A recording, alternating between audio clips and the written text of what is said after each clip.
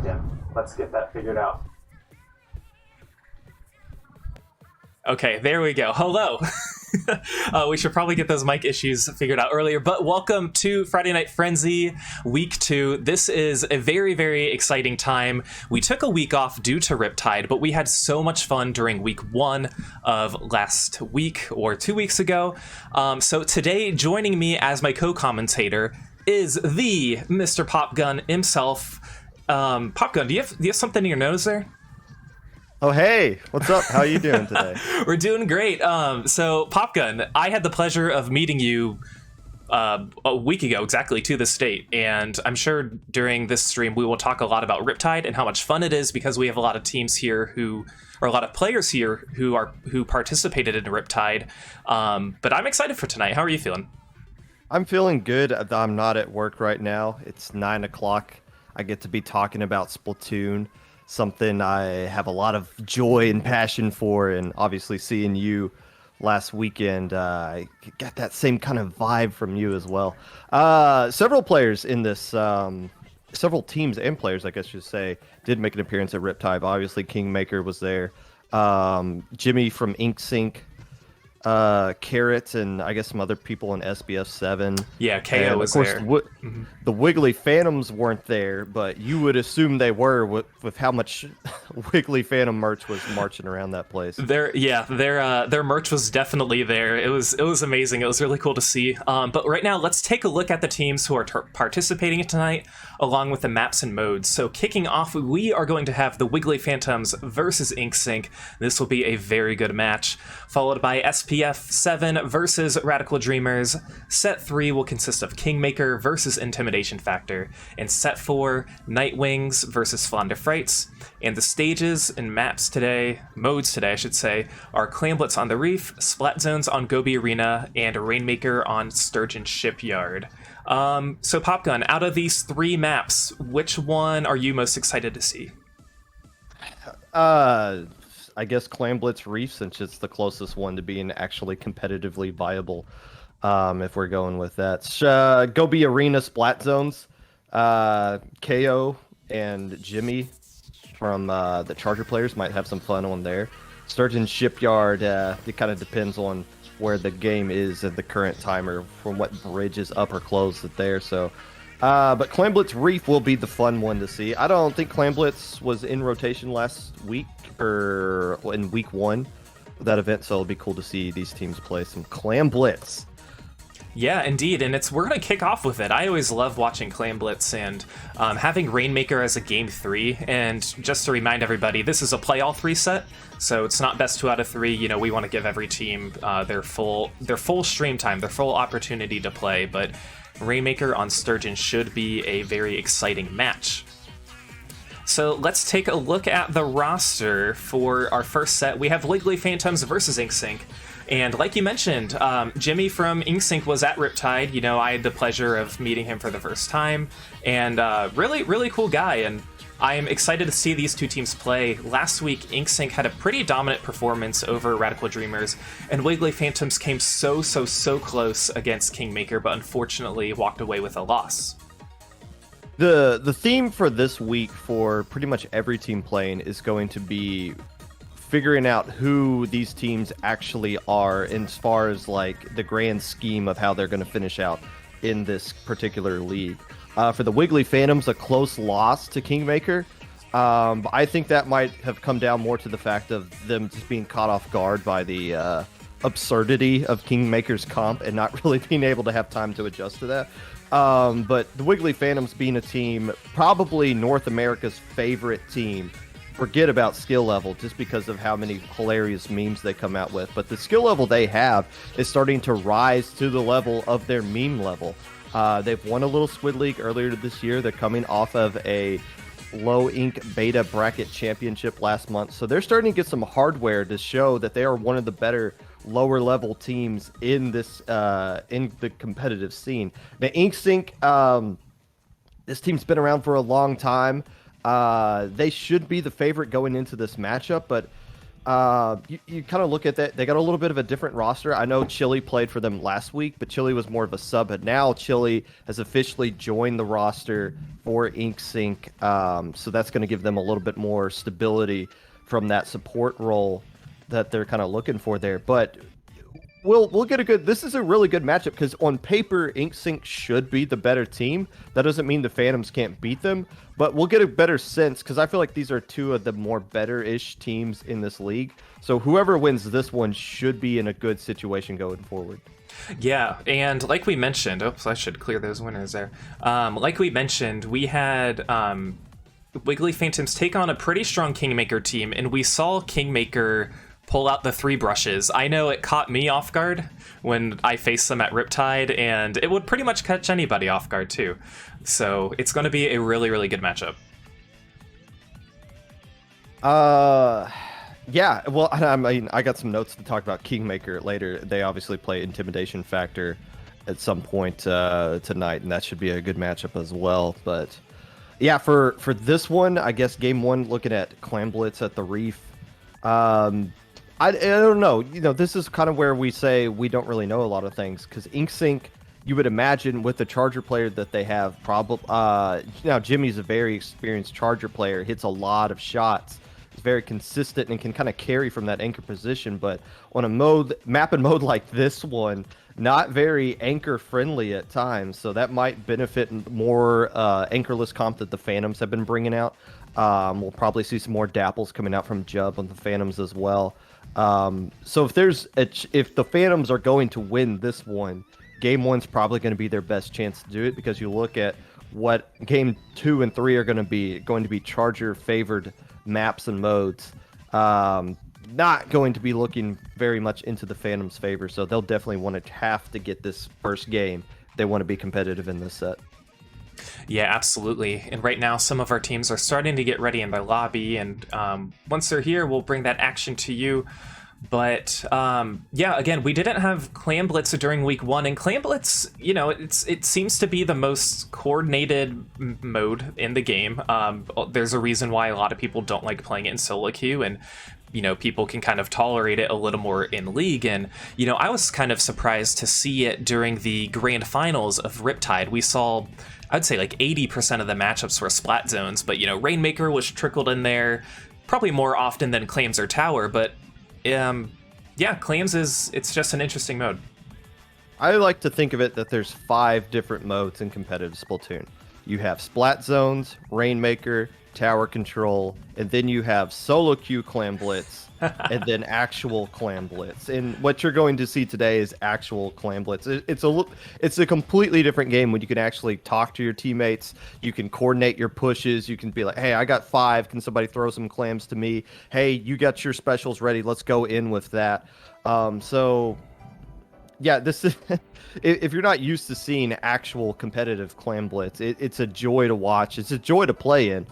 But it is definitely different from what you're used to seeing in solo queue, where it's just all hell and breaking loose. Right, yeah, and in comp for Clams, we will definitely see teammates utilizing their specials in coordination. Solo queue, it's just kind of a free-for-all, like you mentioned. But I think Clams is definitely the mode where all the specials will kind of be unleashed once those teams are making the push. And I guess... go ahead. Oh, I was going to say, most of our players are ready, and Popgun, this is a question for you. Would you like to join our lobby, or are you watching it on the stream? I'm watching on Discord. On the Discord. Okay, I just want to make sure. lobby. Yeah, if we do like both, if we don't do auto cam in the lobby, then like we'll see completely different things, and it'll be weird. Right. Okay. I made that mistake before. That sounds good.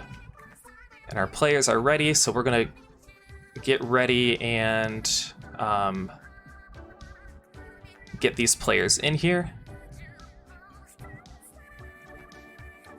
Looks like InkSync's got 5 people in there. Okay. Yeah. All right. So Clam Blitz. Anyways, Whoops. Clam Blitz at the Reef. Obviously, well, I guess since InkSync has 5 players that they can use, I guess we're going to see like which one they're going to sub out. Maybe they have a different one specifically that they want to use for Clam Blitz. And it looks like Umi's going to be the one they're subbing out. Right. So I actually was just talking to Jimmy because technically we can't. It's against FNF rules to have one of your teammates spec. Yes. Due to obvious reasons. So Jimmy just told me that Umi's going to DC right at the beginning, which is fine with me. So yes, that is what is going to happen. So I'm just working with everything else now. Okay. But yes, we're getting set here. Oh wait. Now our lobbies got mixed up. All right. Sorry guys, this will be just one more second. We're going to remake the lobby. I guess while you're kind of getting that set up, I guess the other thing I was going to point out is that InkSync, while they haven't been as strong as they were like a year or maybe 2 years ago, but this is a very old team. They graduated from SAC, I want to say season 1, which was about like a year and a half or 2 years ago. They used to be a Div 3 team. I know they're most recently a Div 4 team, but they've had some roster changes in the past, but they have had a lot of consistency as well. Mainly with Jimmy, who's been on that team as long as I can remember. I remember InkSync used to be a double anchor team at one point. I know they had a couple of people that could play Charger and C-Jet, so they have a lot of flexibility. And as somebody who's been on a team myself for almost 3 years at this point, having a team last as long as InkSync has in this community is almost impossible. Where if you're a team for a full year, you're almost a dinosaur in this scene. So the fact that InkSync is still a thing playing in this tournament, and I think they played in the last season for you as well. They did, yeah, and they how well did they were the runners-up. The runners actually, who did they lose to? Synergy. Oh yeah, well that makes sense. Yeah, Synergy. It was we had a triangle win of Synergy over Symphony over InkSync, or it happened one way or another. I can't remember exactly, but those three teams they were really neck and neck, I should say. But it looks like Umi is subbing out. I believe Umi is using Slosher, which is interesting that they're not coming in here. This would be a good Slosher map, but I think Trell can do K-Machine as well. So it's basically the same roster that I saw InkSync use last week. Gooey Gas, Chili, Trell, and Jimmy. And then, of course, the Wiggly Phantoms there. Tried and true fan favorites lineup of Sneck, Blue, Jub, and Jim, who I believe is playing at somebody else's house today due to their own internet issues that have been well documented on Twitter. Interesting. I did not know that. But yes, we are getting started with our first match. It is going to be Clam Blitz on the Reef, Wiggly Phantoms versus InkSync. Let's get it on. I think we're not going to be expecting a brush. Oh, a tent coming out from the side of Wiggly Phantoms. So a lot of paint power with that K shot and that junior. But Jimmy, that was the question mark I have, is what was Jimmy going to use? It's coming out with the fresh classic Swiffer with the baller and chicken ball. Yeah, Chili getting a very, very early ink armor, just about 14 seconds into the match, but one player goes down right now on InkSync, 2 players down, as it looks like Wiggly Phantoms are going to quickly capitalize on that, grab some clams, and take more map control, and get an early score. Yeah, we were kind of talking about this. If the Phantoms were going to win this set, they have to win this game 1 because this mode's going to favor them. I don't know how comfortable Jimmy is on that Swiffer, but right now they're really struggling to get picks. It's all Phantoms at this point. Yeah, Phantoms get down to 65. It looks like the basket is going to close. They had a really good opening push at the beginning, but then InkSync was quick to come back. And right now, Wiggly Phantoms still have control of mid. 2 players are down on InkSync. I like that the Phantoms aren't just backing out. It's not like, okay, well, the push is over, so let's just retreat. No, they stayed right up there. You see Jub going back here, building up for specials and getting some clams, but the vast majority of Phantom players are keeping the pressure on InkSync. They don't want them to get control of Bridge or even get out their own spawn, as it looks like they are finally taking the fight to mid, but the Phantoms keeping the aggression up, even though they have a lead here. Yeah, they certainly are. 2 players are now down on InkSync as Jem is going to push with the Brell. It looks like they are going to form a power claim. Jub scores, and it looks like they will continue to score up. Jem is going to push up the side. Nobody's really around Jem, but it looks like now they are caught. How many claims can they get in? Utilizing the bubbles, still scoring, getting all the way down to 41. 2 players down now. And if you're the Phantoms, you don't want to sacrifice too much right here. You see Blue being a little risky, gets one more Clam in, but dies. If you're Inksync, you got to recognize this opportunity is for you to push up. But Snack gets a nice splat with that Tri-Slosher. And look at again. Look, they're not leaving. A lot of blue paint on the Inksync side of the map, and they're not going anywhere. Finally, one more player goes down for the Phantoms, and this is the opportunity for Inksync to at least get something going. It's been 2 minutes, and now they're finally getting out of their own base. Right, now they are trying to take control of mid. They do have 2 power claims already, but of course it's hard to push those power claims when you are seen at the very beginning, but it looks like they are in. One claim is Troll going to get theirs in. Troll gets in. Guigus is going to push up with the Inkjet. We'll see where Guigus lands and see if they can score. Oh, and more baskets are in. Jimmy has the ball already, going to serve as a distraction for Guigus. Guigus trying to push forward, but unfortunately goes down, and it looks like this basket is going to close with Inksync getting 48. Yeah, a nice response, but look right here, they already lose 3 players immediately, so you know the Phantoms, they're responding very quickly. They got this anchorless comp, they're going right where they need to be, and they're going to immediately pop the basket right open. It didn't really matter if they lost lead or not right there, because Inksync to sacrifice too much. And now, on the flip side, the Phantoms get wiped, and here comes Inksync wasting no time, firing right back at here. Both teams selling out their souls to get these pushes, and it might backfire on them. Right, Inksync now pretty much has control of mid. Again, 2 power claims pushing. We'll see how well the Wiggly Phantoms can build up their specials, but it looks like Inksync's going to score. Can they take the lead? It looks like they do. Trell scoring in all those clams. Nice Inkjet work from Guigus. No players are down right now. 16 remaining for Inksync. And here's the question is, are they going to get the KO? And it looks like they will, honestly. Yes, they do. What a comeback for Inksync getting game 1.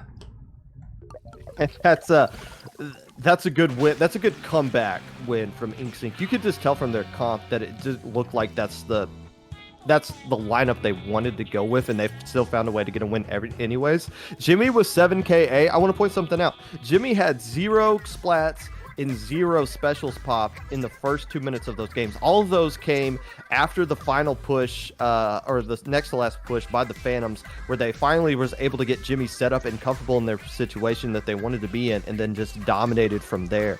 So, and now you're going to Goby Arena, where you know that Charger's going to be coming right back out.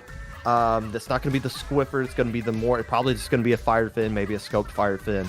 And this is Inksync sets to lose at this point. But the Phantom's still showing some fight. Yeah, especially indeed. In that last set. Yeah, they had a really, really, really strong opening push. It was really incredible. But, you know, Inksync did what Inksync does best and just kind of coordinated really well and just had an amazing comeback. Yeah, it just really came down to selling too much of your soul to the devil to get those pushes out.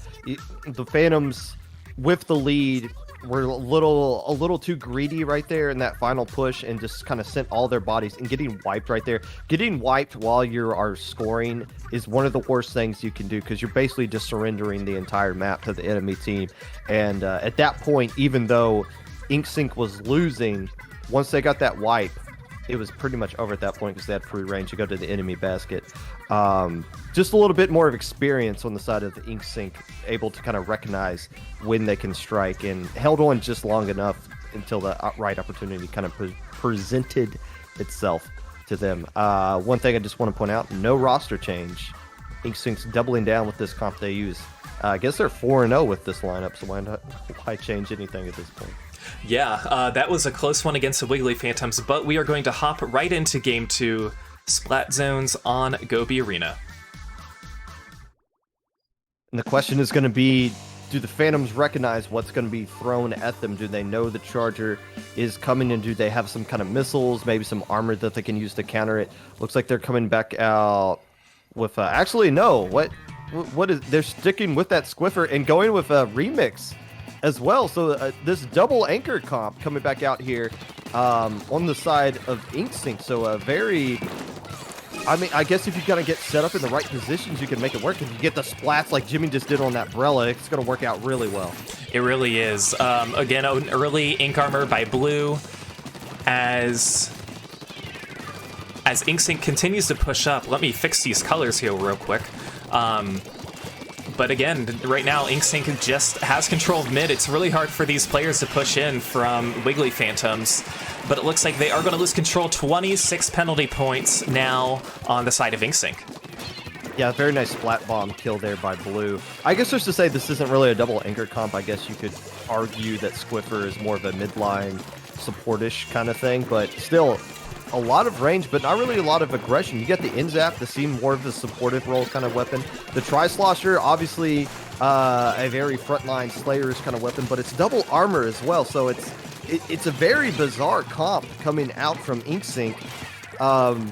And right now, if the right kind of specials get built up for the side of the Phantoms, they might be able to find a way to hold back onto this lead right here.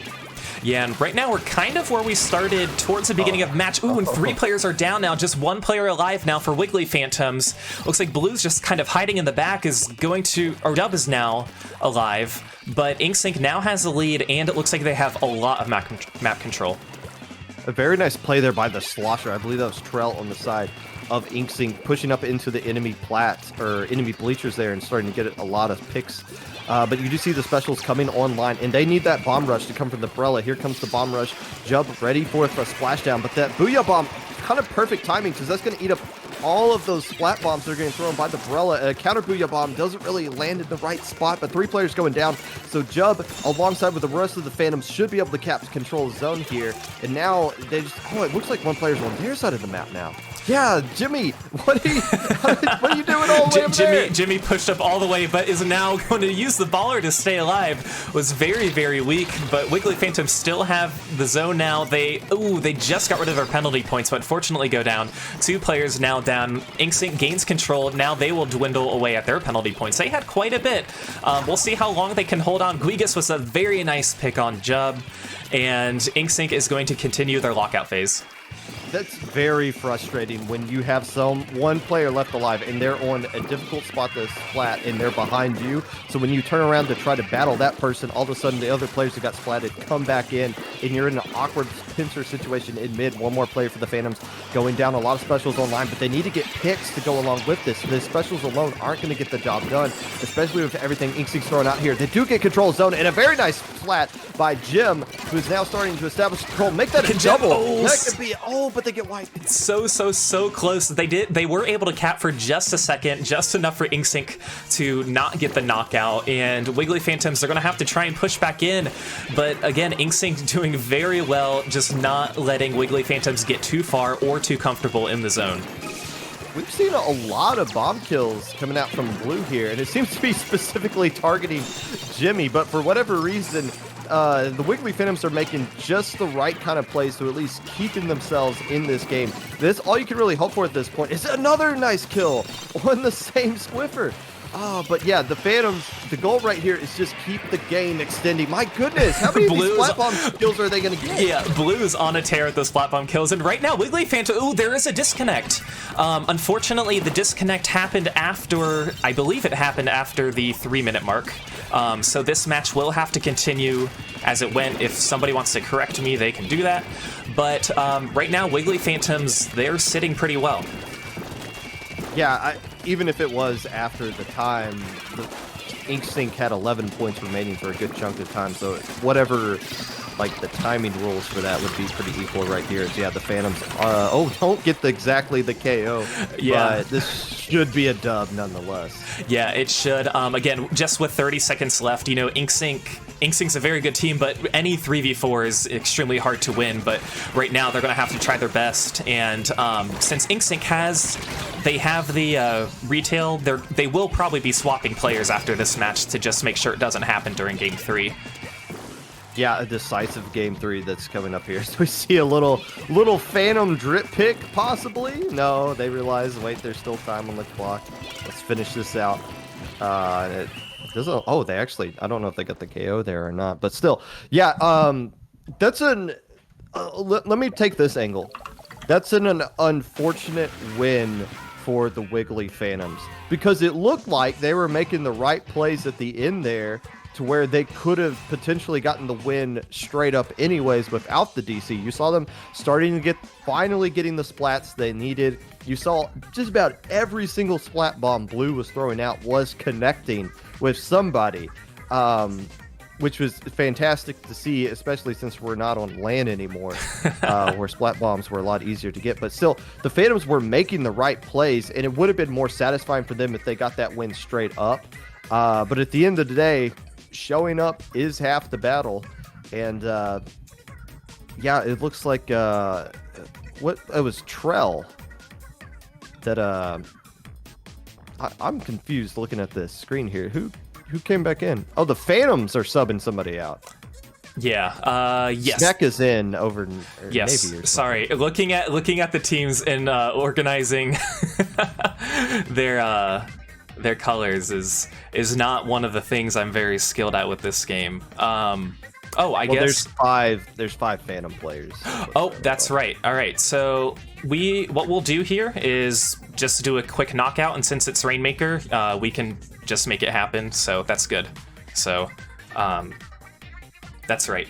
So we did it ready up at the correct time.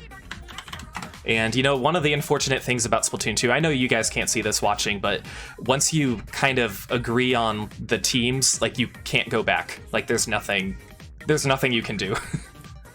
Yeah, that's, there's several things about the private battle system that you would like to see changed going into Splatoon 3.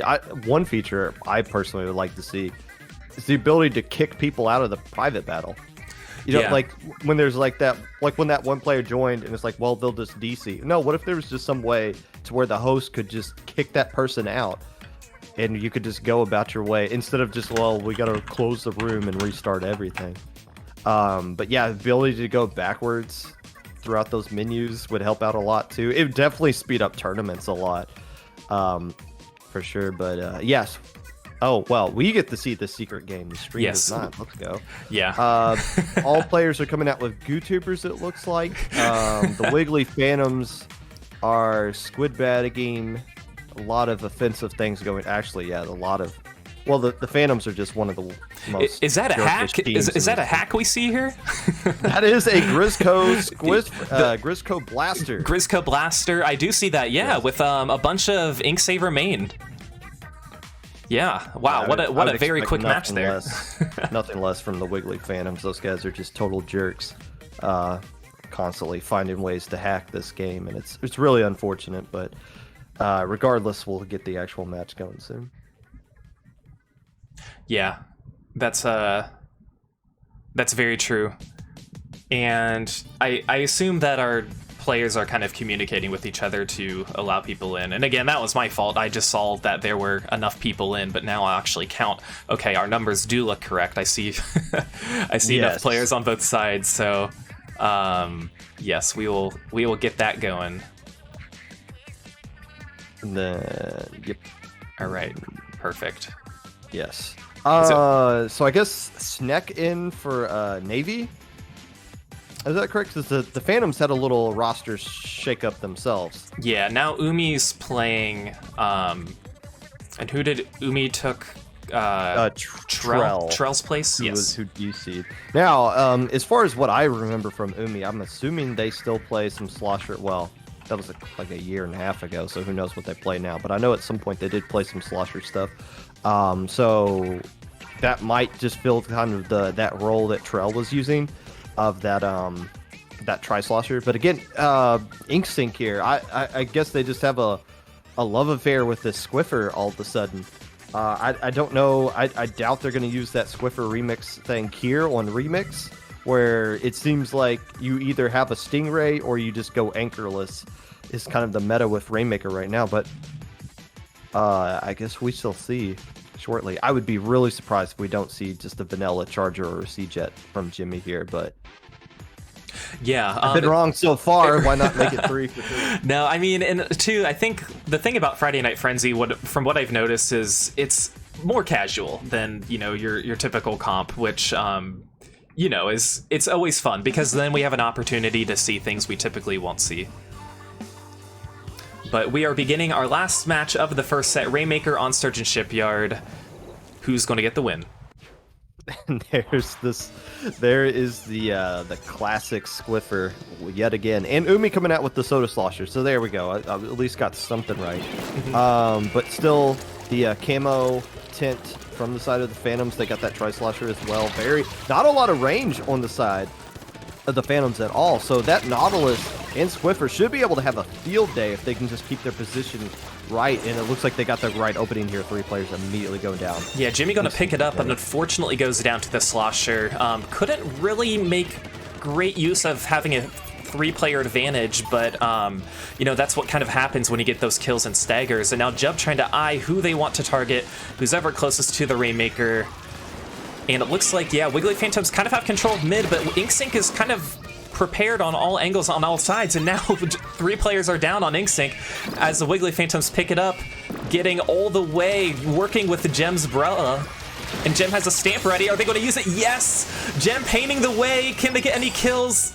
And we don't really know, but Snek is going to sneak up the side. Snek getting so close all the way to 12. That is a monstrous score on this map. In other Rainmaker maps, a score of 12 is nice, but it's also in the back of your mind, it's like, well, it's Rainmaker, so this could end at any time. But actually adding one more point, being a little bit sneaky. But a great play by the Phantoms there. They used the Brella and the Hammer as a misdirection, thinking that they were going to like escort the Rainmaker. Instead, that Rainmaker cut back down that street and went opposite of it and found that open space there and got that huge score here.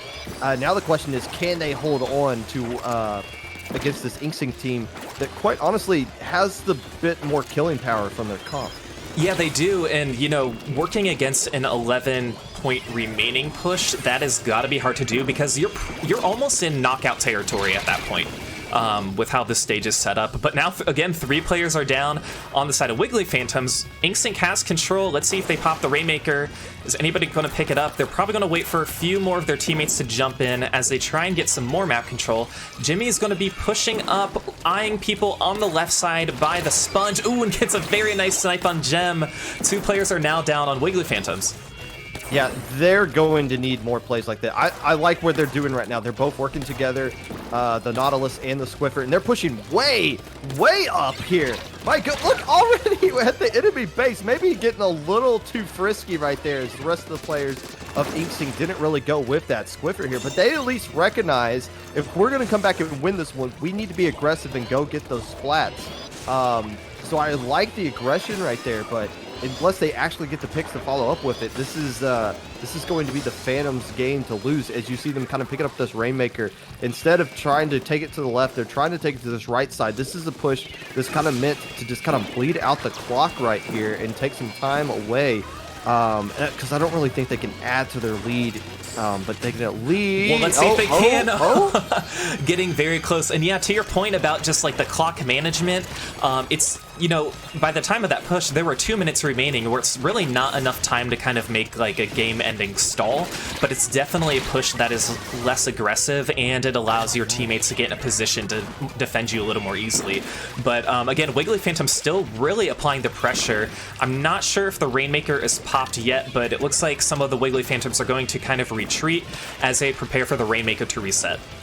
Well, kind of to your point, you're talking about from when that push started, the Rainmaker just now reset. So that push the Phantoms used right there took 45 seconds off the clock until the Rainmaker even got back into mid. And it looks like the Phantoms are still in control of mid, so they're going to pop it again, and they're going to do it yet again. They're just going to pick it up, go right behind this kind of Brella that's dominating InkSync's side of the map right now before finally getting taken down by Umi, who's doing a really good job coming off the bench. Already with 9 KA, popping some Splat bombs, moving with those burst bombs.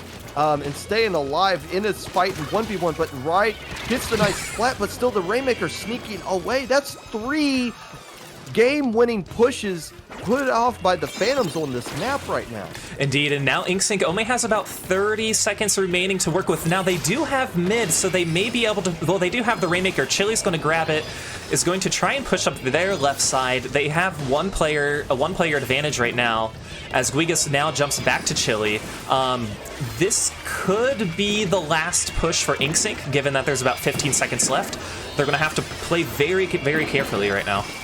They're in a good position, though, because there's not a lot of range from the Phantoms that they can use to get. Look at all these specials, though! Those missiles, though! Oh, that's your GG. That is your GG, and Wiggly Phantoms getting the set win over InkSync.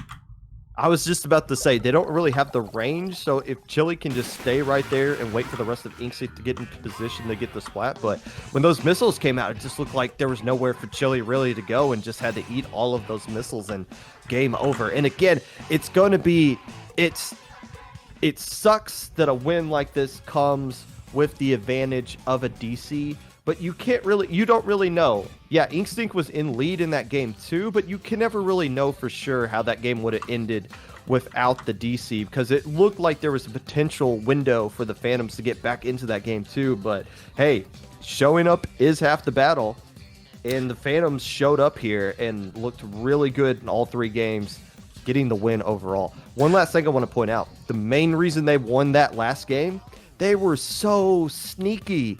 Look what happened at the very beginning. Insync almost got a wipe, right? Mm-hmm. They took care of 3 players, and it didn't look like they lost anybody in the process. But the Tri-Slosher stayed alive, and it was the last player left alive, and they couldn't find the Tri-Slosher. The Tri-Slosher trades with the Rainmaker push over. And so many situations like that happened over the course. The Rainmaker got pushed deep. They felt like they cleared out like all the weasels out of the hen house, but there's still just one weasel sharking somewhere, and it just derails everything for Insync. Yeah, Wiggly Phantom's early push kind of set the tone for that entire match. And I mean, Wiggly Phantoms, they were able to do that a few times within the match, and just they were able to control mid. Again, they didn't really let Insync on their side at all. Right. And that's kind of the key there. When you have that huge kind of a lead, what you see a lot of teams kind of do is just turtle up and just kind of, let's just kind of endure all of the punches they throw at us and hope the game just ends. But no, they were playing defense by offense, constantly popping the Rainmaker, constantly pushing it deep into enemy base. And by the time the Rainmaker got back to mid, 45 seconds to a minute drained off the clock, and before you know it, Insync only gets like 1 push with that Rainmaker, and you need more than just 1 push when you're down by 11 remaining. Yeah.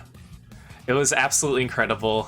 Right now, let's take a look at the roster for our next 2 matches we're going to have. We have SPF7 versus Radical Dreamers. So both of these teams are going to be looking to get their first win. So, Popgun, what are your initial thoughts looking at the rosters? Well, we kind of talked about this is the week of us finding out things about everybody. For SPF7, we're going to find out what their team actually looks like, because they unfortunately had to play a 3v4 the entirety of yesterday or last week. But still, for SPF7, we're expecting them to kind of get their full.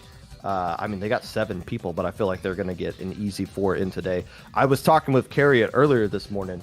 I believe she said it was going to be her, Rose, Juicy, and I believe Sleeves was on deck.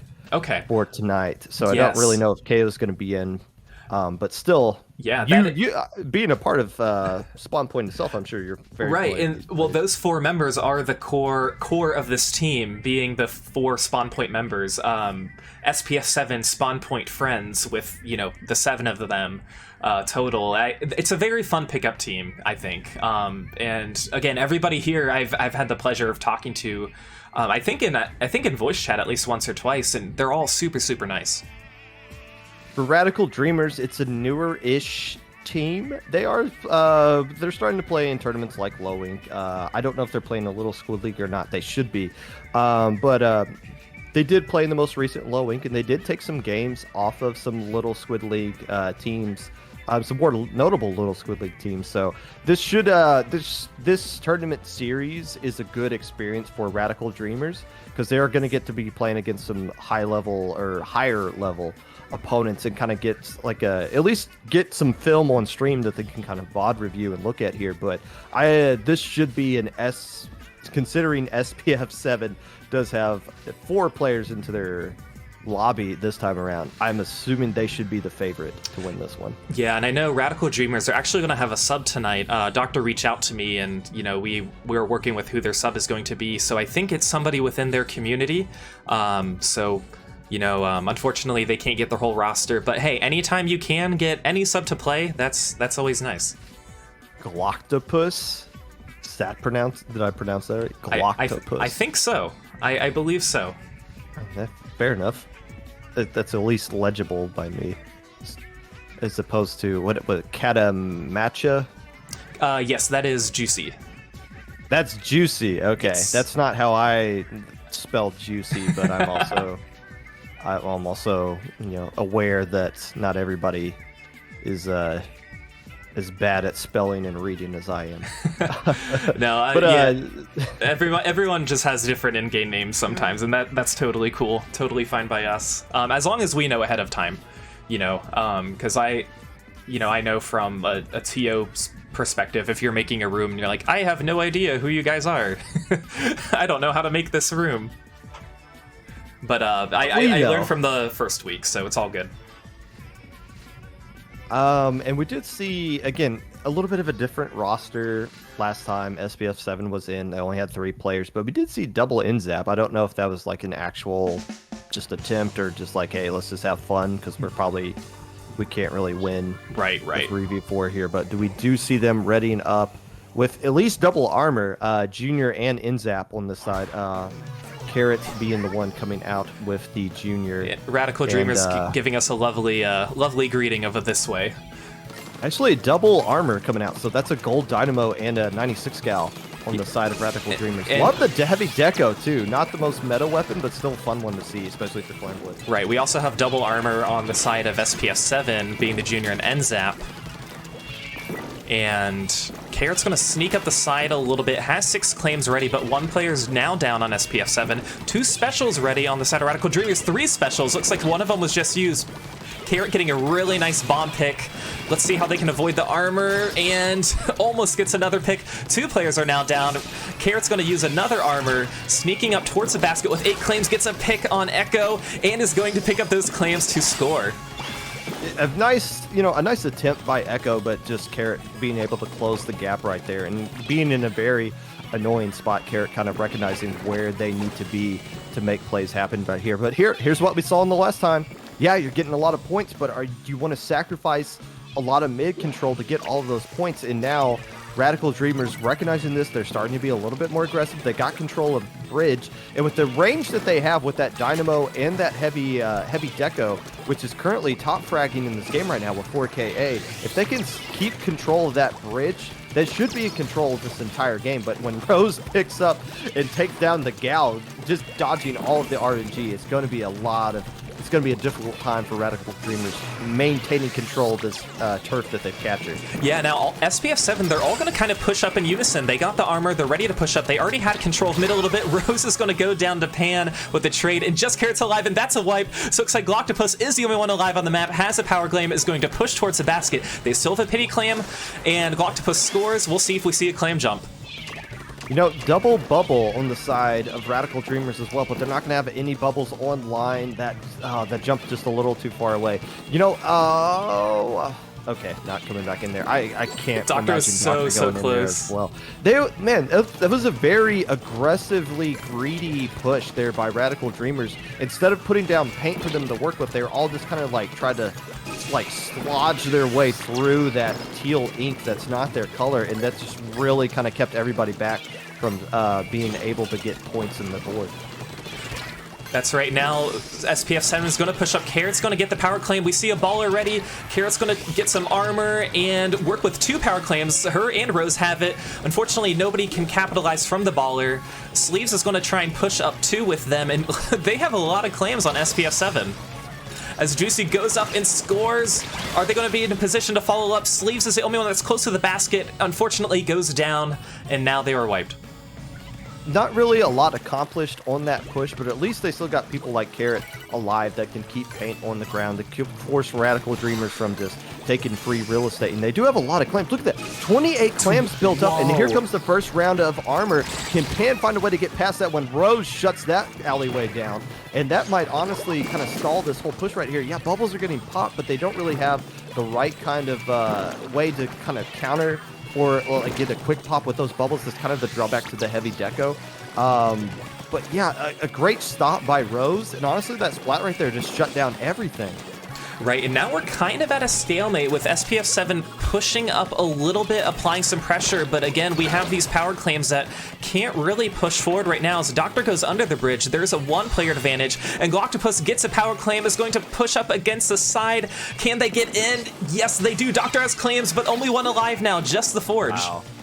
I'm legitimately surprised they got lead right there. I mean, just look how much paint that SPF 7 has down there. They're like forcing their way through the enemy paint just to like throw enough clams in there, but all the bodies they're throwing in there at least works out right now. The question is, can they hold on to control of lead? Carrot staying alive is really huge right there. The fact that they didn't just die in the bridge, now popping armor. Oh, nice bomb kill. Getting a nice kind of bouncing the wall or the bomb off of the wall, and that should be enough. As you see Carrot putting a lot of paint down for their teammates. Sleeves has a few claims. Rose has some claims pushing up. Can they take the lead? They do, getting the power claim in. 2-on-1 right now as Juicy Katamacha is going to push up, get all the way down to 5 remaining, but Sleeves has a claim. Sleeves scores. They just need one more claim left. Carrot and Sleeves on the top right side. Can they push up? Can Carrot get it in? Oh, just misses. Oh, but that might not be done. Oh, I'm about to say Echo getting a very nice splat there. So now here you go. 3 players go down on SBF. Doctor, yeah, you got to go. You have to go now. And they do have some bubbles to work with and armor, so a lot of clams. They could get the win back here, but they need to get some splats with these Sturgeons. They do, as we see 2 power claims pushing. We see some bubbles too, but they are kind of spread out. Can Doctor get in? It looks like Doctor's very close. Can almost score. It misses. It just misses. Can Doctor recover it? No, they can't. That's the tricky thing on this map. This is one of those more difficult maps to where you have to actually know how to throw your clam, right? And that one was a little bit short. And it didn't really matter. Even if they popped the basket with that one clam, all the other players went down, so they didn't have much to follow up with that splat or to follow up with those clams anyway. So the fact that they missed there didn't cost them the game, but that is something to kind of point out on that map. You see that a lot, just kind of whiffs on the throw where they fall just short. But still, Radical Dreamers showed some fight there. I mean, they could... again, this is SPF 7 set to lose, but Radical Dreamers show they are definitely capable of taking games off of this. Yeah, absolutely. I mean, they were in it pretty much the whole time, but SPF 7, they just had that one push where they were able to get 2 power claims in, and of course it was towards the end of the match, and you know, mentality-wise, if you're Radical Dreamers, you're more in panic mode, but you know, obviously like panic and claim blitz, they never go hand in hand, right? Well, honestly, you could see, I don't know if panic's the right word, but you could see a little bit of desperation. You saw them, again, just trying to, like, fight their way through ink instead of putting ink down. It's like, I have a power clam and I'm near the basket. I need to find a way to get this power clam in there. And to their credit, it got them lead pretty late in the game. It's just, you can't really have sustainable pushes without getting the splats and putting the paint down to kind of follow up with it. But still, Radical Dreamers, they're showing they're willing to take a little bit of a chance to try to get these wins. Sometimes those chances land in your favor. Yeah, they certainly do. And with splat zones on Goby Arena, do you think we're going to see different weapons that we didn't see in the first set? Well, this is where my lack of knowledge of these two teams would come into play. Obviously, Carrot's going to be sticking with that armor. I'm assuming they're just going to go double armor, in-zap, and junior of some sort on the side of SBS 7. Radical Dreamers, if you're going to use heavy deco in that last one, I guess you could use it here too. I guess we'll kind of get that answer to that. That Crapit Blaster coming back out is really nice as well. Actually, that is a Hydra. We stand those around here, and that is that a C Blaster? It is. That is going to be Ink Jets. That's going to be really difficult with the double armor going against, though. But if that blaster can get those kicks, and the Dynamo and the Gal can put paint down, they should be in business. Yeah, once again, double armor on both teams, and yeah, I don't really know what else to say other than SPF 7 getting the first cap, or the second cap, I should say, but getting the lead. But it looks like they are going to go down, 3 players down, and that is a team wipe. That is a wipe, and honestly, if the Hydra can push up to the right spot here, honestly, where Echo is going right now, if the Hydra got right there, they could mow down that comp, because there's not really a lot they can throw at them. Yeah, they got missiles from the K-Shot, and the Crappet Blaster can kind of be a little bit annoying, but other than that, it's just armor and hoping that the Hydra doesn't shred through your armor before you get close enough to where you can do some damage to them. Yeah, now SPF 7 trying to push up. They're using some armors, using some specials, but it looks like Radical Dreamers is going to retaliate by using specials of their own and avoid, or they keep SPF 7 from capping, and they did a good job holding on there, as now they're going to still continue to try to lock out as they have less than 30 remaining. Oh, wow. I'm actually kind of surprised they got that. It's because they splatted some players in zone, but that looked kind of like a desperation for SPF 7. They weren't really waiting for all their teammates to come back in and go in together. They were just like recognizing we can get a splat in zone, let's risk it and go for it, and that risk worked out, and they keep the game going and what looked like could have been a fast KO for Radical Dreamers. And now SPS 7 starting their lockout phase. They're sitting pretty well. We see 3 players kind of guarding the right side. Sleeves is going to continue to throw some torpedoes up and gets a nice trade on Pan. 2 players alive on both teams, and now it looks like Radical Dreamers is going to cap, giving 43 penalty points to SPF 7. That's a nice cap by Radical Dreamers, because they didn't have anybody who could paint at all alive. They just had the Hydra and the Blaster. Those things cannot put down paint to save their lives. But getting the right kind of splats in zone, in a nice trade there by Carrot, taking down that Hydra, can kind of open up the door for the rest of these SPF members to get something done, but they still keep finding ways to go down. Look at the 96 gal popping off with 9 KA so far. They're on pace to get 18 KA if this game goes the distance. Yeah, doing a really, really good job getting those kills. Sleeves is going to work with the torpedoes, has the ball already, avoids getting killed. But again, Radical Dream is just doing a really good job preventing them to go in. But now Sleeves has a baller going to rush towards the Hydra. Hydra backs up, and it looks like, ooh, gets a nice double.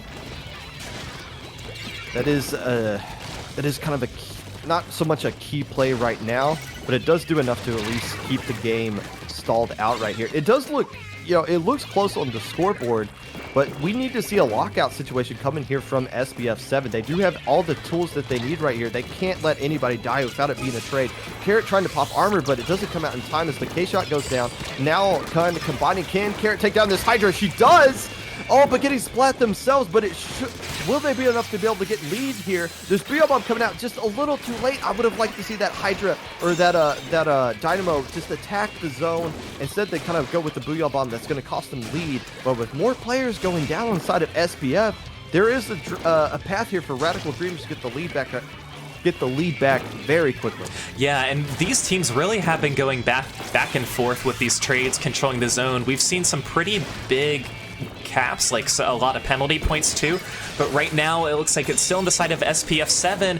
They're just about done with their penalty points, but look at that cap by SPF 7. Radical Dreamers, they were very, very close. Put the baller on one side and put the paint down on the other. An instant cap. It didn't even give the zone a minute to freeze. They just straight up stole it from Radical Dreamers. And now you see Juicy getting a lot of nice splats right there, starting to pop off with that K-Shot, which is what they need.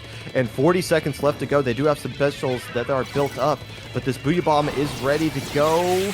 Are they going to get it off in time before this? Can they get some splats with it as well? The Booyah Bomb doing a good job of getting on the zone and stalling it, but they need to get the splats to go along with it. Echo kind of working around this left side. That means they can't put paint down on the zone, and since the gal is dead, they're not going to be able to get paint on it either. Oh. Yeah, just kind of a little bit of a lack of recognition of what each weapon kind of needed to do there. The Dynamo focused on trying to get the splats, but not really realizing, okay, well, then nobody else can paint the zone. SPF doing just enough to hold on to that. They did, and even though SPF won the set, we will be playing Game 3. Remember, it's Playoff 3. Next we have Rainmaker on Sturgeon Shipyard, and again, even if you're Radical Dreamers, if you lose the first two, this game still means something. In the event of a tiebreaker, if you have at least one game, and you have, you know what I mean. It's your total game win percentage that counts in a tiebreaker scenario, assuming all else is equal. So this is a game, and I mean, Radical Dreamers, they have been very, very close and can prove that it can be done. They're doing really well in this set. I mean, they've had their moments. They've had leads late into both games. They just haven't been able to hold on and clutch it out. But again, the real value to Radical Dreamers here is that they are getting this game played. It's on film. They can go back and they can VOD review this, and they can see the mistakes they made and get better. But you can see a lot of really good things from Radical Dreamers here. And if they can find a way to get a win here, yeah, like you said, it'll affect maybe tiebreakers down the road or whatever. But more so, you're playing for pride at this point. Getting a win here against a quality team like SPF 7, as we're starting to see more of them, they look pretty solid as well, especially that double armor starting to work well. And so we see their Slayer Juicy starting to heat up a little bit as well to kind of complement the support, the paint that's getting put down there. If Radical Dreamers could get one win, it would be good for them. But SBF 7, obviously nice to get bounce back. When they have 4 players, they actually look pretty good. Yeah, indeed. And these teams are now ready. We'll bring you to that match. And again, this could be a very quick match, or it could take a while. I mean, we could see the full 5 minutes. I don't know who Galactopus is this way. Why are they all this way? And they know where each other are. You're at spawn, bro. They're saying hello to us. They did that during game 1, but yes. Fair enough. Galactopus coming out with their 3rd different, just all kinds of ranges of anchor weapons coming out with the Sea-Jet here. Stingray going to work out really well. If they can find a way to get a huge lead initially and then just kind of Stingray themselves to victory, they'll be fine. But one player going down for each side as we see Juicy. Can Juicy get a pick here? Actually dies in mid. Yeah, good opportunity for Radical Dreamers to pick up the Rainmaker. They had a 3-player advantage, and it looks like they will be taking left. Doctor's going to barely misses the jump, but now is going to allow their teammates to come and push up, and now it looks like they're going to be taking Sponge, but that Sponge quickly goes back down. We see a Baller preventing a push, and oh man, Doctor probably wishes he could have got a little farther there. We've all been there, right? You go for that jump and then you just don't get it, and we're like, well, let me just go for the sponge. And then you go for the sponge and you realize, oh, wait a minute, everybody's just collapsing on here. The plan B that doesn't work. But yeah, now Radical Dreamers, they are going to retreat just a little bit. They do have... Oh, Galactopus just goes down to that missile. It's always dangerous to swim up when you have missiles targeting you. Yeah, I think just... they weren't aware that the missiles were on them, which is fine because they're going to go back to spawn. They're going to be able to build up a Stingray as you see them doing, and they'll need that Stingray very soon because SBS7 is able to pick it up. And it looks like now the question is, where are they going to go with this Rainmaker? They are going to set up on that left side, but Galactopus being very aggressive with that Sea-Jet. Instead of building for armor, trying to get the Splat straight up, and that might cost them right here, as more players from Radical Dreamers are getting pushed back out of position, as it looks like SBS7 finally establishing going this right side here. Yeah, Carrot, I think Carrot initially wanted to go to the left side, but was a little intimidated and couldn't do it because of the Sea-Jet that was there. But Carrot goes down to the Rain, getting all the way to 75. And now just one player alive as Radical Dreamers takes control of mid. Doctor has their armor ready. They're going to get the rest of their teammates together. Again, tries to go to the left side, but unfortunately goes down to a suction bomb from Rose, who is heavily guarding that area. That was a nice defense earlier by Radical Dreamers, but it looks more like it was just because there was a little bit of misconfusion about where SBS7 wanted to go with that Rainmaker. Again, 66 remaining on most maps is nothing. On this map, it's actually surprisingly a lot of points. So SBS7 needs to kind of figure out what their plan of attack is once they grab that Rainmaker, because they're getting the picks they need. They just don't have the right route in mind, and now they'll have another opportunity here to take it the right place, especially with the Sea-Jet being the last player left alive. And that Sea-Jet doubling down, man, and gets punished for it yet again. Yeah, and out of all the teams who are actually playing in Friday Night Frenzy, I would say these 4 playing right now are probably the least familiar with voice chatting and communication with each other. We do have a few other pickup teams, but they've been playing together for a while now. But I mean, SPF 7 again doing a really good job. Carrot's going to grab the Rainmaker and is going to try to solve Doctor, who's trying to flank off the side. Doctor's armor is going to push up to Carrot, and Carrot avoids them, allowing the rest of her teammates to come kind of jump back in and really just getting those kills to prepare to take it to the left side. And it looks like they do. They have the lead, and Carrot is now alone with 64 and is still alive. Carrot's going to keep pushing up. Oh, and goes down at the sponge. You know, that's what we were kind of talking about. If not a lot of points are the difference in victory and defeat on this map. Carrot being very patient right there and getting just recognizing, I just got to make it a jump across this gap here, and that's going to get us the lead. So now the question is, can they hold on to it? 2 players going down for SPF. Galactopus with the Rainmaker. That means they aren't going to be able to have a Stingray to work with offensively. And now can they make the jump? That's basically all they got to do is make this jump and then turn that corner. Oh, and it looks like they and do now they're take going to get it. They are just enough, and like Galactopus did exactly what they needed to do. Pushed up just enough to take the lead and then was able to retreat. Again, with under a minute remaining, that was very, very crucial. You know, there was a situation right there with that bridge up. If you just jump and like kind of do a leap of faith right there and reset the Rainmaker, you get to like 37 points remaining. So a little bit of a missed opportunity by Radical Dreamers here, but they do have the Stingray that they can work with, and Carrot has a lot of map control here that they can run around with. The question is going to be that C-Jet has been more opting, instead of going back and firing Stingray, to go up and just get the Splat. Now we see that Stingray coming out, but again, Carrot, a ton of moves to work with and a lot of schmoove ability from Carrot. But Carrot stays alive. Doctor. Carrot is still alive. 2 players are down on Radical Dreamers. Which way are they going to go? Are they going to go to the left side again? And it looks like they are, but let's see if Echo can get in there and get the kill. Not quite yet, but Pan is going to flank. Pan goes down. We don't see a timer. Carrot's going to explode at some point. She's been holding on to that Rainmaker for a long time. And again, being patient, waiting for somebody just to get 4 seconds, 4 seconds. I don't think they can do it. No, that's a... Oh, no, Carrot. It goes out at the end, giving Radical Dreamers a win during Game 3. So not a clean sweep by SPF 7. They do get the set win, but that was a very entertaining match. Yeah, and that's, again, good things to take away from both teams here. Obviously, SBF 7 getting the win, but maybe recognize it. Okay, we might want to rework how we work Rainmaker there, because there looked to be a lot of hesitation as far as what they want to do. But for Radical Dreamers, yeah, they lose the set, but they get a nice win there. And again, a lot of good takeaways that they can use to build off of going forward, not just in this tournament, but in Little Squid League, but in Low Ink when they play in those tournaments as well. So a lot of good things from both teams taken away there.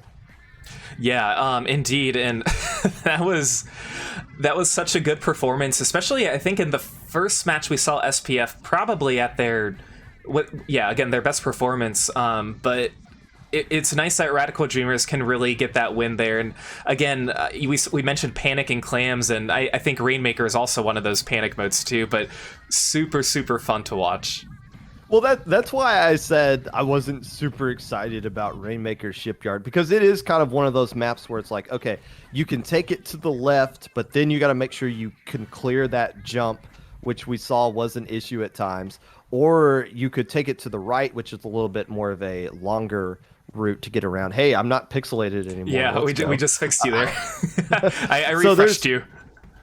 There's always, it's just awkward to figure out where you want to go there. So that probably played into a little bit of the hesitation there. But yeah, that's hey, 2-1 results, everything so far. So things are at least competitive tonight. They certainly definitely a frenzy. Yeah, definitely a frenzy. Now let's take a look at the 2 teams competing next. KingMaker versus Intimidation Factor. Both of these teams are 1-0, so we're going to see one of them move on to be our first 2-0 team tonight. So Intimidation Factor, they played what was it, Flounder, Frights or something like that. Flounder, Frights, yes. Flounder, Frights. They played them last week, and those 2 teams looked dead even with each other. Intimidation Factor just doing just enough on that final Rainmaker game to get the win, but those 2 teams very close with each other. So now you're going up against KingMaker, who knocked off the Wiggly Phantoms last week. And again, I feel like that was more so the Phantoms didn't know what to expect. They probably didn't game plan for triple brush Kinsa Jr. But if Intimidation Factor paid any attention to your stream last week and they know what's coming, they should have had a whole week to kind of build up a game plan for what they feel like is going to get thrown at them, because this triple brush comp is definitely going to be an issue in this first game of Clam Blitz. Yeah, it certainly is, and I can, speak firsthand. KingMaker, they are a good team. I was fortunate enough to face them during Riptide, and we faced them in the bronze bracket, and I was honestly surprised to see them in the bronze bracket, but also very scared because of what I saw. But also, I just want to point out, they are super nice. Everybody on that team, super, super nice. And they had matching jerseys, too. It was really cool to see. They had a giant, kind of like a banner, too. I actually got a picture with them. I was very excited about that. Did you get the Polaroid picture? I did not get a physical copy. I know Hammer was taking a few, but Hammer, right, I believe, uploaded a few of those to Twitter and Discord. But yeah. I felt bad because Hammer came up to me and offered to take a picture with my team, but my team was scattered at the point, so I did get the Polaroid picture. But yeah, Hammer herself, arguably the best player skill wise in your league here. Almost got into +3 recently, which is kind of a private private pickup server that you have to be voted in based off of your performance. So Hammer coming very close to that last month. But you look at, again, Intimidation Factor, a Little Squid League team, finished in 4th place in the most recent Little Squid League. They're playing in Little Squid League tomorrow. And again, they were right with Flounder Frights. So how they do in this matchup between two undefeated teams is going to give us a good indicator of how good a lot of these teams are compared with each other in this set. As there we go. There it is. There right it is. Nonsense already. Yeah, and again, you would think that the non-brush weapon would, could be a Splatling or an anchor backline, but we see it's the Neo Splash, and I mean, don't let that fool you. They're still going to be a very hard team to face. But I also really like the weapons from Intimidation Factor. I believe it looks very balanced. Yeah, if they knew what was coming, this is a pretty decent comp to deal with that. You want a little bit of range. You definitely want some point sensors, which is what the remix is coming out with. And those point sensors are going to help locate all those brushes so that you don't have somebody flanking around behind you. JoJo getting sucked up into a Booyah Bomb. Intimidation Factor intimidating them right now. Yeah, and then Intimidation Factor is going to score. They had a really nice early push, but now they are 2 players down. Really not much follow-up, but we say Lagging going up the side. Can Lagging get some clams in? They do. They are going to get cornered by JoJo and Paolo, and getting all the way down to 71. That was a pretty nice push. They probably wish they could have capitalized a little more based on how dominant they were at the beginning. Yeah, you typically want to try to get below 60 with a push, but just scoring early can be good for your psyche of knowing, okay, we can score when we need to. So when it's late in the game and we're down and we're like, okay, can we get a push in or not? They're going to be able to find a way to do that. Baller coming out here, Intimidation Factor wisely not popping that Baller because they do have a power clan with it. So that Baller is just going to explode harmlessly, but can the rest of KingMaker kind of go in there and get some points off? They do pop the basket. And they do have some clams to work with here, but look how fast those brushes are. They're collapsing very quickly at that car area. Yeah, getting all the way down to 62, and they still have the player advantage. There's some clams right by the basket. Can they get there in time to keep it open? Hammer is going to wait. They almost get the power claim in. Oh, what a missed opportunity for KingMaker. Yeah, the jump in, they probably felt like they were a little bit closer than what they actually were. If they just hold on to that and just brush their way a little bit closer, they could keep that basket going a little bit further, but still damage done. They get lead. They don't sacrifice too much. You see the Splash is the only one down, but they map control kind of stalled out in mid. Oh, Maddie getting a nice pick deep into enemy territory right there on the remix. Yeah, now Hammer is going to almost use the tip of JoJo. I was caught off guard there. We switch over to JoJo, who scores. Paolo has a baller ready. Is still alive. The baller is not popped. Paolo's going to use it by the basket, but no, unfortunately can't get that in. Intimidation factor, I'd count that as a win for them, fending off KingMaker like that. And here's where KingMaker's comp becomes a real issue, because right now Radical Dreamers are forced to be in this situation. Oh, look how fast these clams are going right here. Yeah. This might be a KO. 3 players throwing clams in all at once, getting all the way down to 13 really quickly. Hammer's still throwing. They just need one more clam. Paolo has no clams. Nobody has any clams right now. Hammer just trying to fend them off a little bit. Can Paolo get there in time? Paolo does! And, wow. Is that the 3rd straight KO we've seen on that map mode? I believe it is. I think we went in. Did we go into overtime during the first one? I'm not sure. Maybe.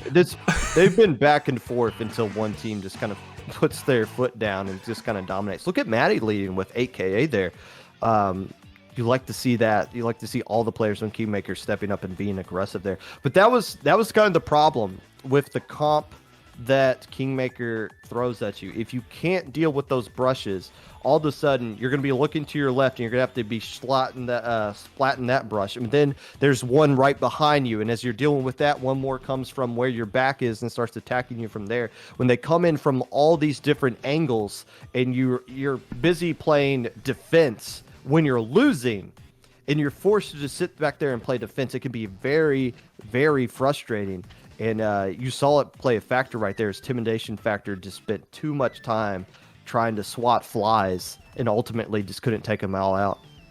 Yeah, and right now we do have a sub change. It looks like JoJo is going to swap out, subbing in for Captain Bob Dude as we get ready for game 2. Yeah, these teams, they did a really good job rotating their players during Riptide. They did have 5 players, didn't they? They did, yeah. Yes. JoJo was the splash? Yes, JoJo was a splash, Okay. and Bob is... I don't want to spoil it, because I don't think it'll be any surprise, but Bob is not a brush player, I'll just say that. Yes, I think I know what's coming as well, but yeah, we're still going to see that triple brush. Look at them readying up very quickly. They know what they want to do, and intimidation factor. Again, if you're intimidation factor, you should have known this was coming.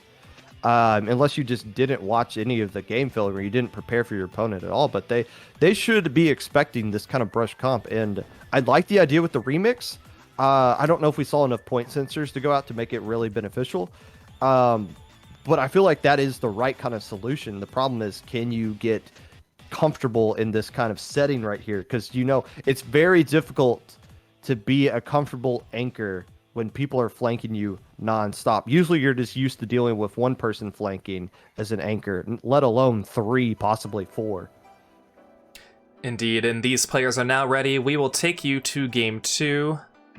I think Splat Zone's Goby Arena has been one of my favorites to watch, just watching both teams with their lockout phase and how they position themselves. And again, with the triple brush and yes, the Kensa Jr., we'll see what happens. A lot of bubbles, and a very popular weapon that doesn't really get used a lot outside of Japan, because you can quick pop with those bubbles if you throw the torpedo in the right way. So those bubbles can be definitely an issue. Kensa Machine's going to want to make sure they have a splashdown ready for when those bubbles come flying out. Yeah, and a pretty early cap by KingMaker as some of the intimidation factors struggling to get down there.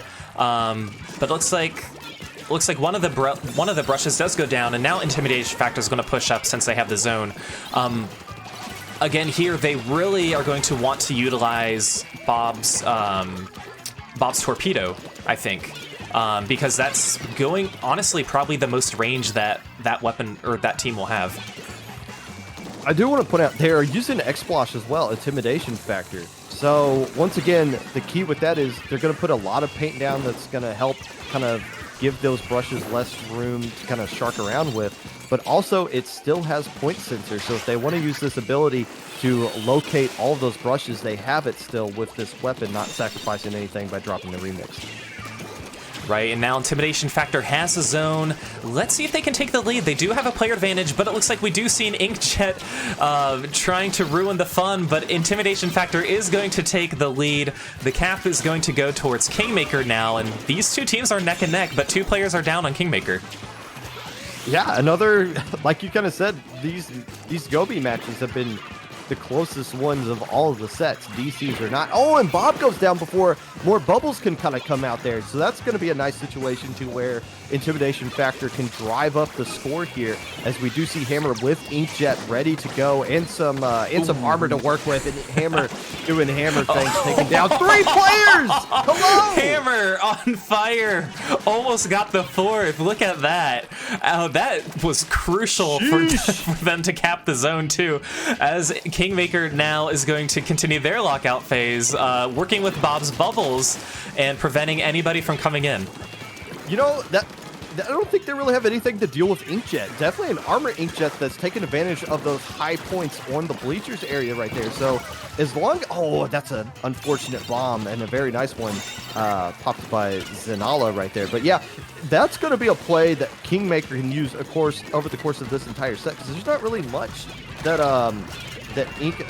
Intimidation Factor could do to kill that Inkjet with the comp that they have here. Right. And I was actually talking to Carrot about this at Riptide. You know, when we faced them, I was like, you know, I really wish I would have played like V-Pro. I wish I would have had point sensors and had something with a little bit more range. But right now, I mean, Intimidation Factor is hanging right in there. Oh, are they going to get hammered? They are. Yeah.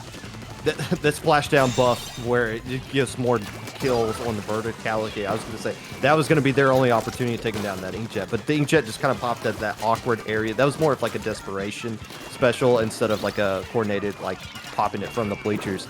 And that nice Splat right there, barrel rolling into this lead here for Intimidation Factor. Yeah, Intimidation Factor, they have a pretty nice lead, and they did have a pretty good player advantage, as we see some of KingMaker players now coming in. But look at that Autobomb double by Legged. Very, very nicely placed. And they might hold this on to victory. And you know what? Yeah, they're definitely going to get the dub here, because those splashdowns are going to deal with those bubbles. Very nicely played by Intimidation Factor. That chicken bomb, so huge, because Hammer had an Inkjet ready and they were in the right position. You knew they were going to pop it off again. So just a wayward chicken gives KingMaker the L here, and we're going into a game 3 with something on the line. Let's go. You love to see it. Really good performance by Intimidation Factor. Obviously, the play of the game was Hammer's Inkjet triple, but again, that was really good performance by Intimidation Factor. Yeah, those splashdowns were really key. I mean, if you're gonna run double splashdown, those splashdowns need to be deadly, and they came out just at the right time to get the right splats right there. Oh, and I see in your chat is where roster changes are being coordinated. Yeah, you know, it's been my chat, Discord, DMs, it's been everything. So I've just been kind of I have 3 monitors for a reason. But you know. Hey, shoutouts to you for doing all of that and commentating and streaming at the same time. Well, I definitely couldn't have done it without, I have some staff behind the scenes, so shout out to all of them. So Bluey's the one who has been he's been my ear. He's actually watching the stream too. But he's been the one who's really like pinging me, hey, make sure this, make sure that. Nino, who I think was here earlier, he's been the one who has been pinging the teams about like when they're ready to play. And I know Champion Dollfox is here being the Twitch chat moderator. So shout out to all of you guys. They're all very amazing. And you too, Popgun. Thank you for being here tonight.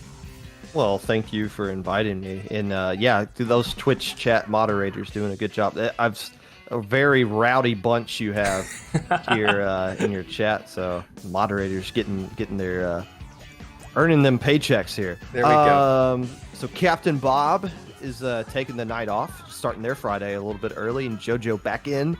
So I guess no more of those fun bubbles coming out from the junior instead of Splash. But yeah, so Intimidation Factor, the question is, they could be a little bit flexible with their comp. What are they going to bring out that's going to be a little bit different here with a different mode in Rainmaker?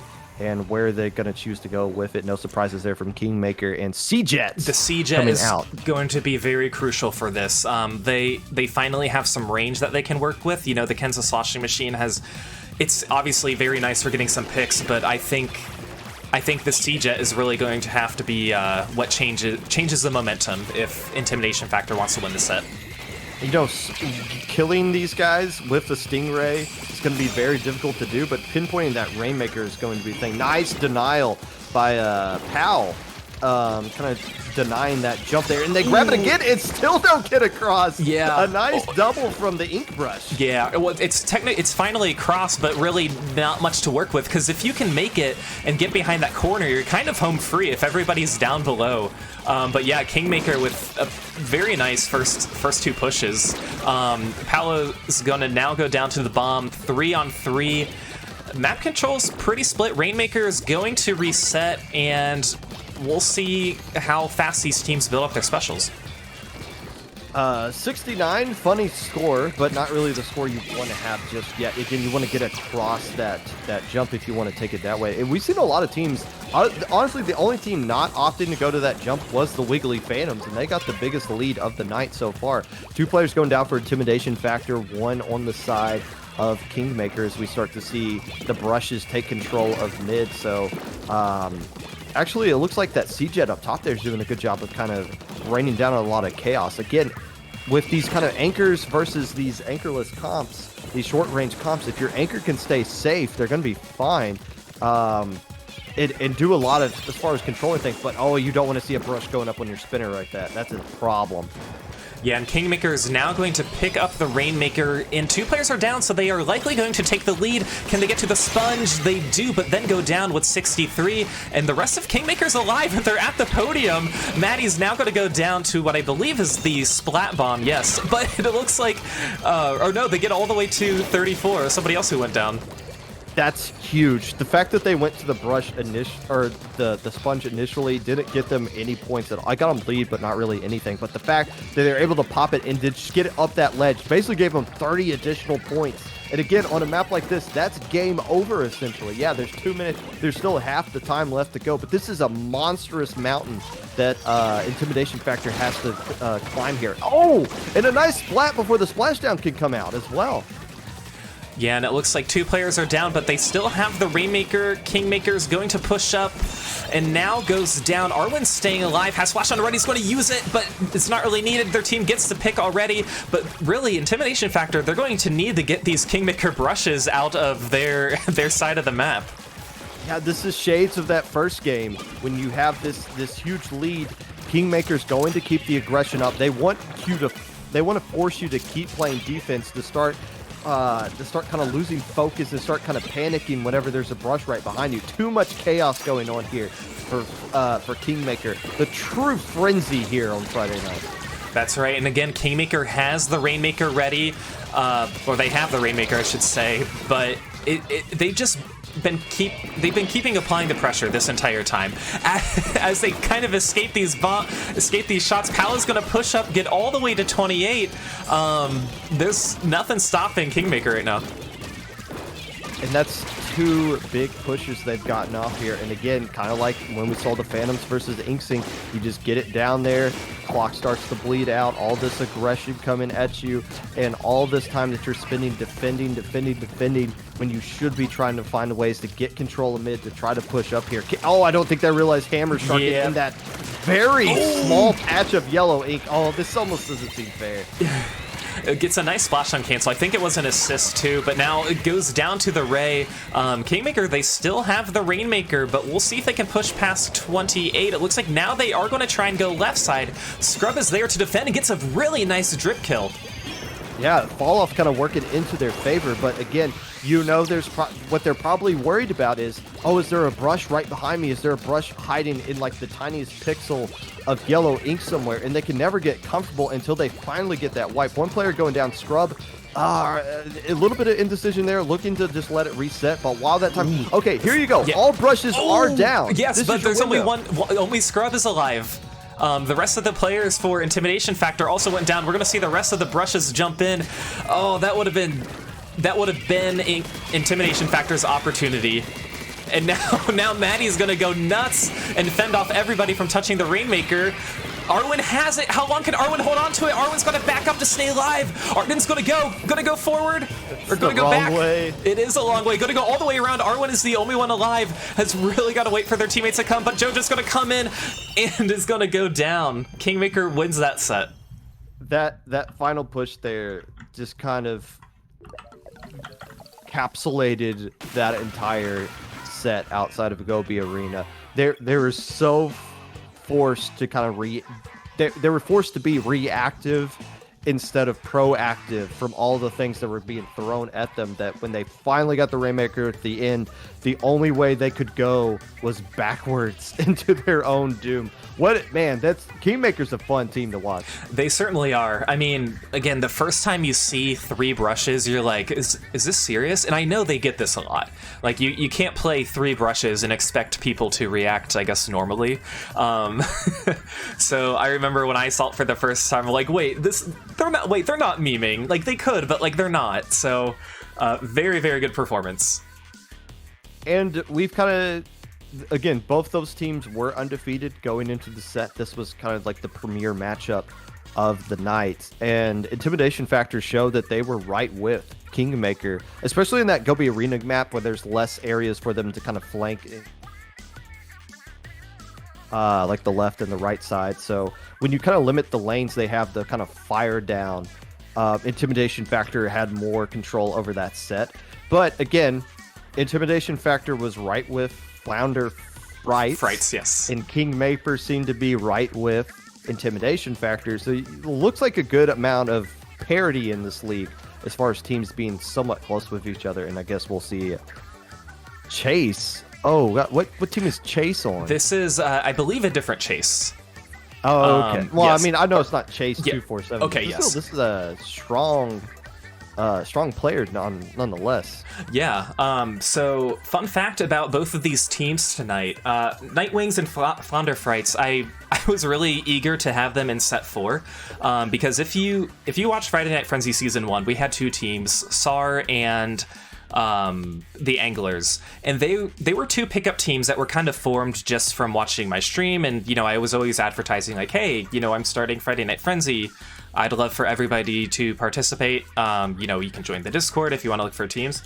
And so these 2 teams, they are basically SAR from last season and the Anglers, but they kind of like swapped players in between seasons. So NightWings basically consists of half of SAR and half of the Anglers, and same with Flounder Frights. So all these players are really familiar with playing with each other.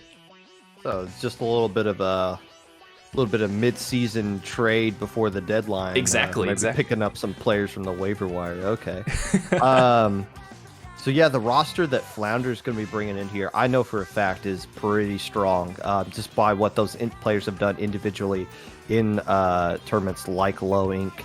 No, just Umi. I saw just Umi last week, or in week 1, I guess you used to say, Friday Night Frenzy. It doesn't look like they're here tonight, but still. NightWings obviously got the win against SBF 7, a 3v4 win. So this will be like their first actual legit time playing, and they got a tough team. Flounder lost to Intimidation factor, but that win Intimidation factor got against them is going to look better and better and better the more you see Flounder, because these guys on paper are really good. Right, and Flounder Frights, they took it to game 3. We had an authentic game 3, and that whole set was so close. And I think with 2 teams that have, again, they've played with each other so many times, they kind of know the play style of the other teammates. But it's I think this will be probably our closest matchup of the night. That says a lot, considering we've had, as you say, authentic game 3s. We've had 2 of those already. Everything's been 2-1 up to this point, and all the players are readied up. Let's cap off this frenzyful night with a dramatic set here. That'd be cool to see. Let's do it. Yes, starting set 4, NightWings versus Flounder Frights. Clam Blitz on the Reef. Here we go. And that is NightWing rating up first there. Ooh, a V-Jet and a V. That is the V-Dualies. And another brush play. Wow, that is a bizarre comp coming out from the side of NightWings. Very unconventional, but obviously V-Jet kind of working out well, and that's actually a V-Jet coming out from the side of Flounder as well. So Flounder coming out with a little bit more traditional double Slayer support anchor comp, but yeah, a lot of interesting things coming out from the side of NightWings there. Yeah, 2 players are down right now, and it looks like NightWings is going to pick up a power Clam, and they do have the play advantage. Which Vanilla Jet's going to win that one? They both back away. Sean is going to try and push up towards a basket, but just gets short, tries to throw it, and now the rest of Flounder Frights is going to defend that Clam and continue to push up. Oh, that was a very greedy push. Even if they were able to pop the basket there, they didn't really have anybody in position to add on to the lead. So that was just kind of a way, oh, I see a window, let me try to take it, but didn't really work out into their favor. But now it gives a lot of map control to the side of Flounder. You see Cones kind of pushing up here with that Splash-O-Matic. Does get taken down, though, by Comet. Yeah, 2 players are down now. Chase trying to stay alive, getting Splat Cat, but Zach sees them. Zach unfortunately doesn't get the pick. Zach is going to try and jump down and take care of some business. Can they get the kill? No, but it looks like goes down instead. And we're still just kind of at a stalemate with maybe Flounder Frights having a little bit of control. They have a player advantage right now. We see these Nightwing players just kind of going in and trying to create some plays happening here. Very early in the set, but they are taking a lot of risks early instead of trying to work together. And you see Flounder doing a good job of responding to all of that and letting them fight on their own turf and getting the splats that they need to get. And now you start to see specials starting to get built up. You see some clams starting to get built up on the side of Flounder as well as they try to get something going coordinated-wise. And they have the means to do it right here. Yeah, defensively, this has been the closest match. I think every other Clam Blitz match, we've had the first score within the first minute and a half or so, and now we're approaching 2.5 minutes. Both teams have 15 clams, too. As some members of Flounder Frights use their specials, we do see a power Clam now by NightWings, as they are going to try and go up mid to the bridge, but again, just a very defensive battle. Both V-Jets are just spamming missiles right now, which is kind of why you use that weapon, but they're not really following up too much just yet. Now, I think that's just because there's not really a lot of room for them to get established. Comet getting a nice splat there on Cones, but losing one more player on their side as well. So it doesn't, man, it looks like NightWings trying to get something going, possibly, but they're maybe just not committing. They seem more interested in committing to things earlier in the set, but now seem to have kind of calmed down and starting to play a little bit more coordinated with each other. But yeah, both teams having a lot of difficulty just moving across this bridge there as a splat bomb takes down the C-Jet. Yeah, NightWings, ooh, Sean was going to try and push up and score, but NightWings had some control of mid, but now that they have a few players down, it looks like they're going to lose it. Looks like Flounder Frights is going to try and push up a little bit. But again, I think, too, when you pay attention to the time and realize that nobody has scored, nobody really wants to try anything too gutsy just now. You know, you really want to make sure you're kind of coordinated. We might see a gutsy play towards the end of the match. If there's, you know, less than 30 seconds remaining, if it goes into that type of overtime. But now it looks like Flounder Frights is going to push up. Looks like Hosoke is going to throw Clam in, and they score. That is the first score of the game. Yeah, why do you use specials? Use specials not to get splats, but to force the enemy team to move, and that's what those missiles did. The missiles cleared the path for all those clams to come in here, and for the rest of the players of Flounder to kind of collapse, and you see Chase popping that inkjet probably in the enemy's face right now. And honestly, NightWings is lucky to only have 48 points remaining, because it looked like, oh, actually, this might get a little bit more ugly right here. Yeah, Flounder Frights is continuing to push up. The basket just closed, but they're ready to score again. But now with some of the specials being used by NightWings, they are forced to back up a little bit. But again, like you, I think this double missile, too, is really what's making it really hard to really push up as well. But 30 seconds left and just 2 players alive on NightWings, but they are going to need quite a bit of a push.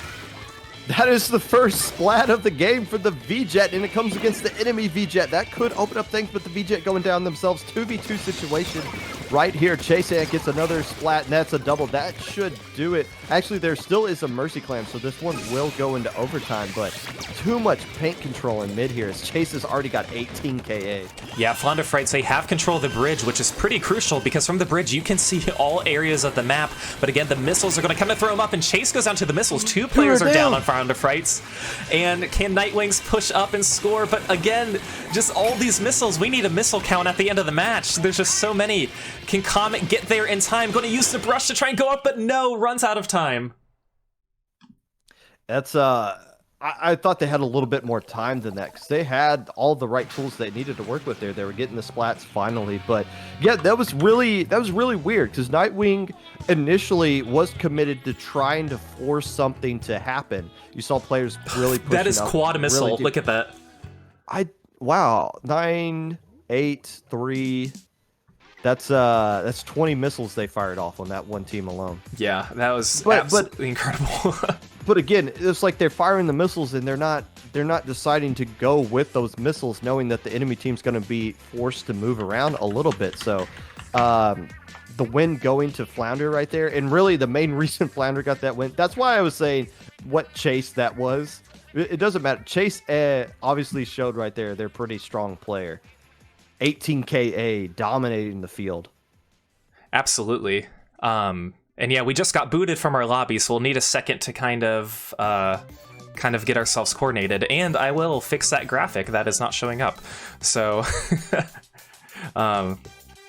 again, a very, very defensive match that we just saw. And with clams being clams, I don't know how well we can judge how the other modes are going to go, I guess.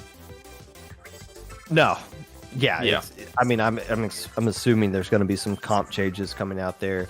Now that they kind of recognize what each team was going to do, they can kind of recognize what the issues were. Quad missile, I mean, that's annoying to go up against, but again, if you're not going to follow up with those missiles, it doesn't really matter. You can fire all the missiles you want, but again, use specials not to get splats, but more so to force the enemy into an awkward position to where you can capitalize off of the movement that they're forced to be put into. That's why missiles works out well if you combine it with something else like a stingray, like an ink armored ink jet, where you can just kind of pick off people that are scrambling for their lives. But if all they're doing is just scrambling for more missiles and you're not going in to get the picks with your main weapons, you fire all the missiles you want. It's not really going to affect a whole lot. That's a good point. Yeah, and I mean, I doubt we will see the quad missile in this set. But again, it's Friday Night Frenzy. All things are possible, and it's kind of like I think of it as very off meta.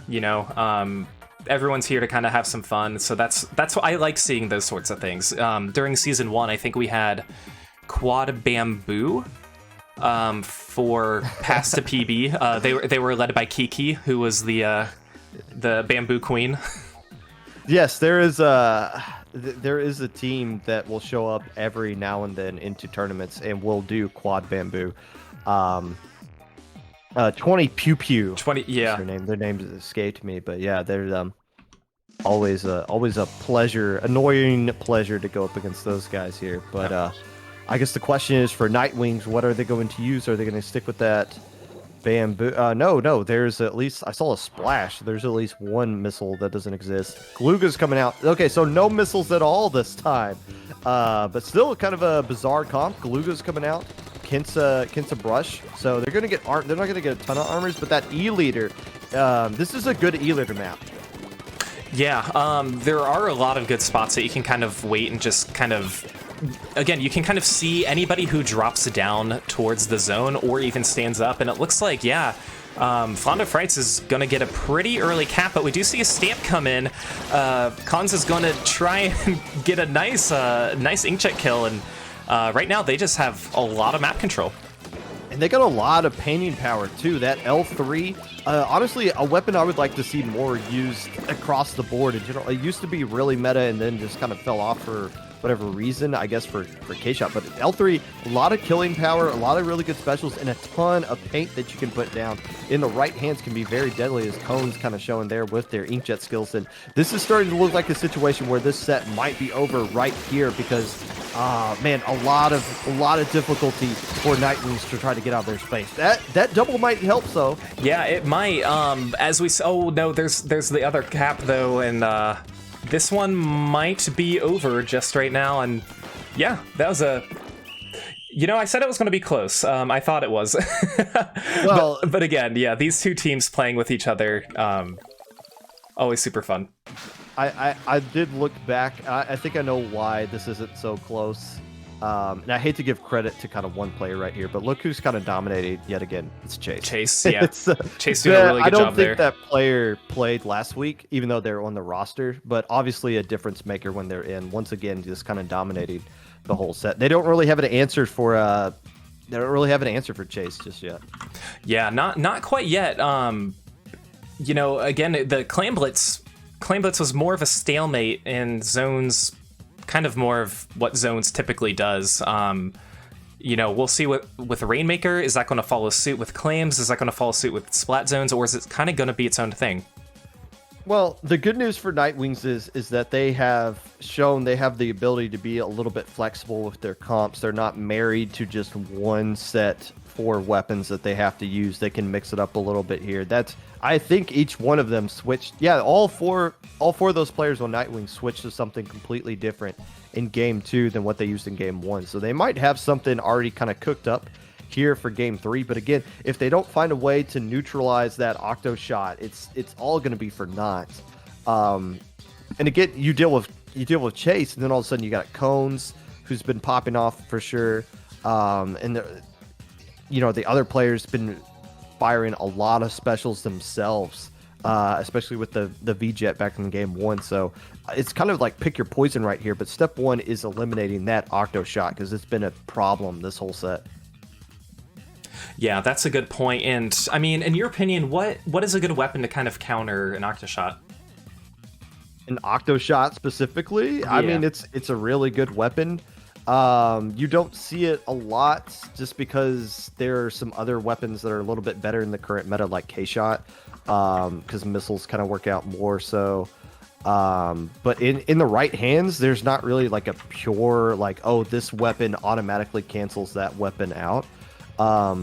But obviously you see ink armor a lot for a specific reason. It's because it helps deal with those ink jets when you're constantly just kind of dripping in your own armor there. Indeed, and now our players are ready, so let's bring you game 3. We'll see if Flounder Frights can get the sweep, or if NightWings has something left and can get the win. The question is going to be, what is their comp going to be? You like to see teams be a little bit flexible here. Oh, okay. And you see the CJ. Oh. Is this flexible? Somebody's going to get a bath today. Somebody is going to get a bath today.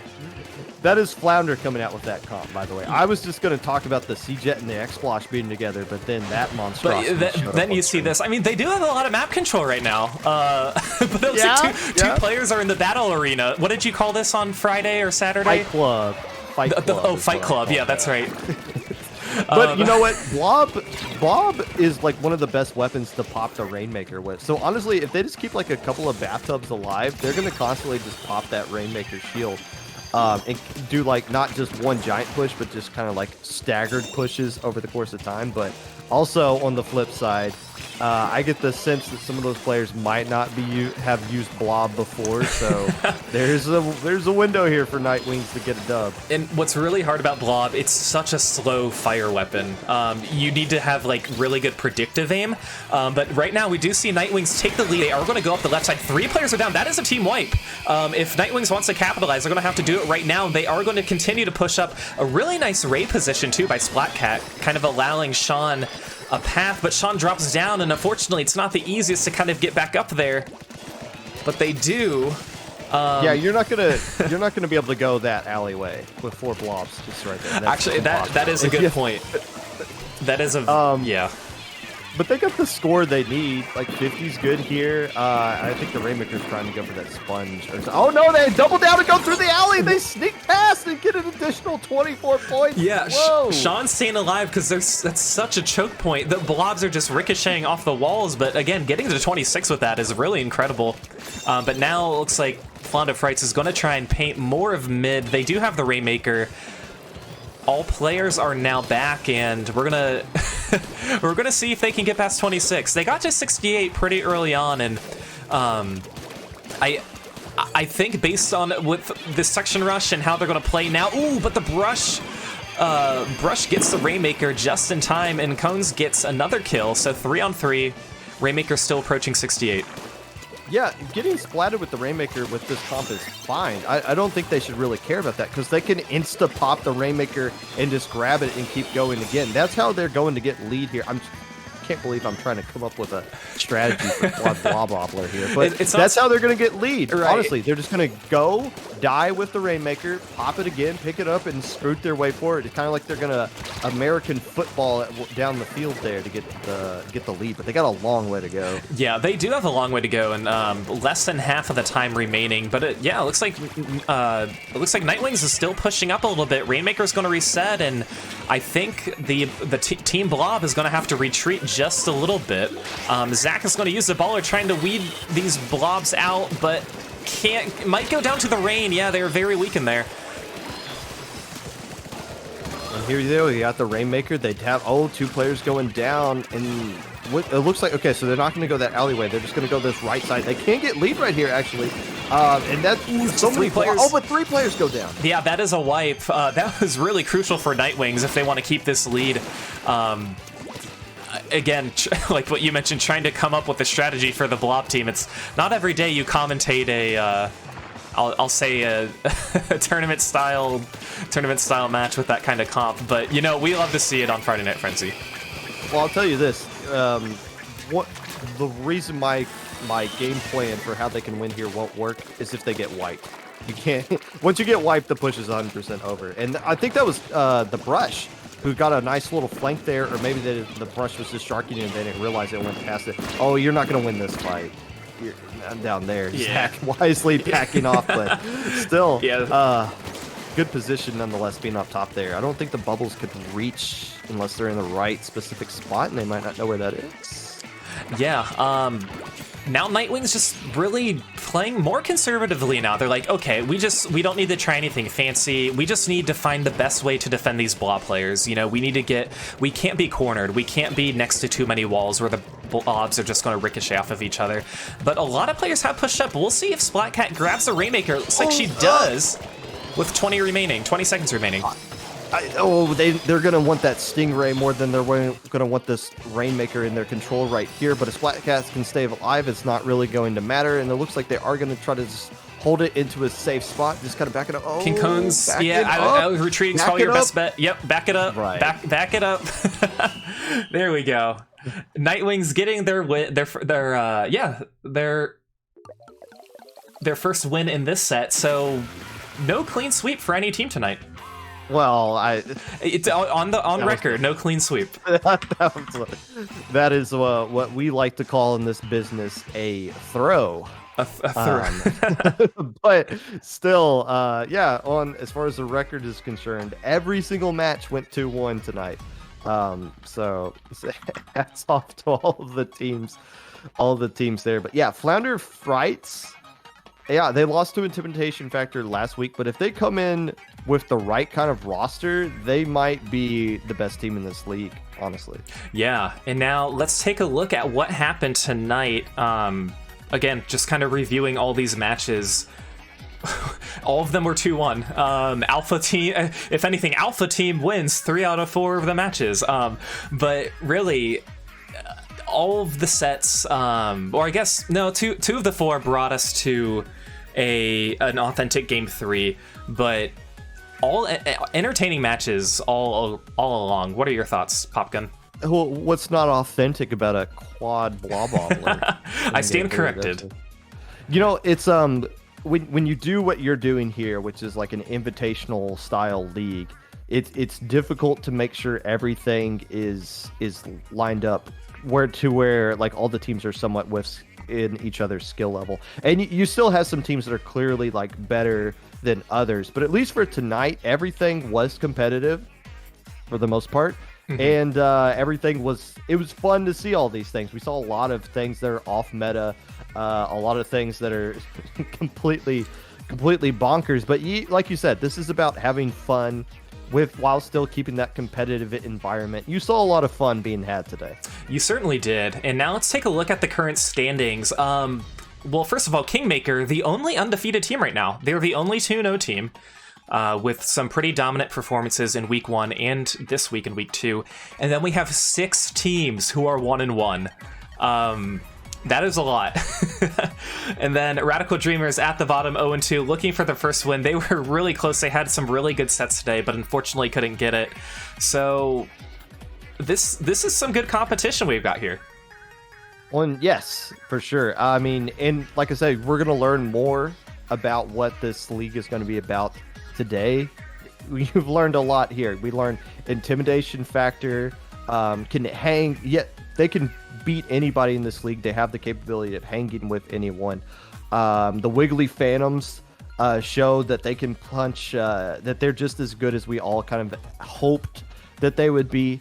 Flounder Frights, yeah, they're next to the bottom down there, but that doesn't mean anything. They're going to be really strong when it comes around for playoff time. And even the team at the very bottom there, Radical Dreamers, yeah, they're 0-2 right now, but they've shown today and last week that they have that they're improving, that they're getting a lot of value out of playing in this set, and that's going to pay off for them, not just in this tournament, but for other tournaments they play in down the road.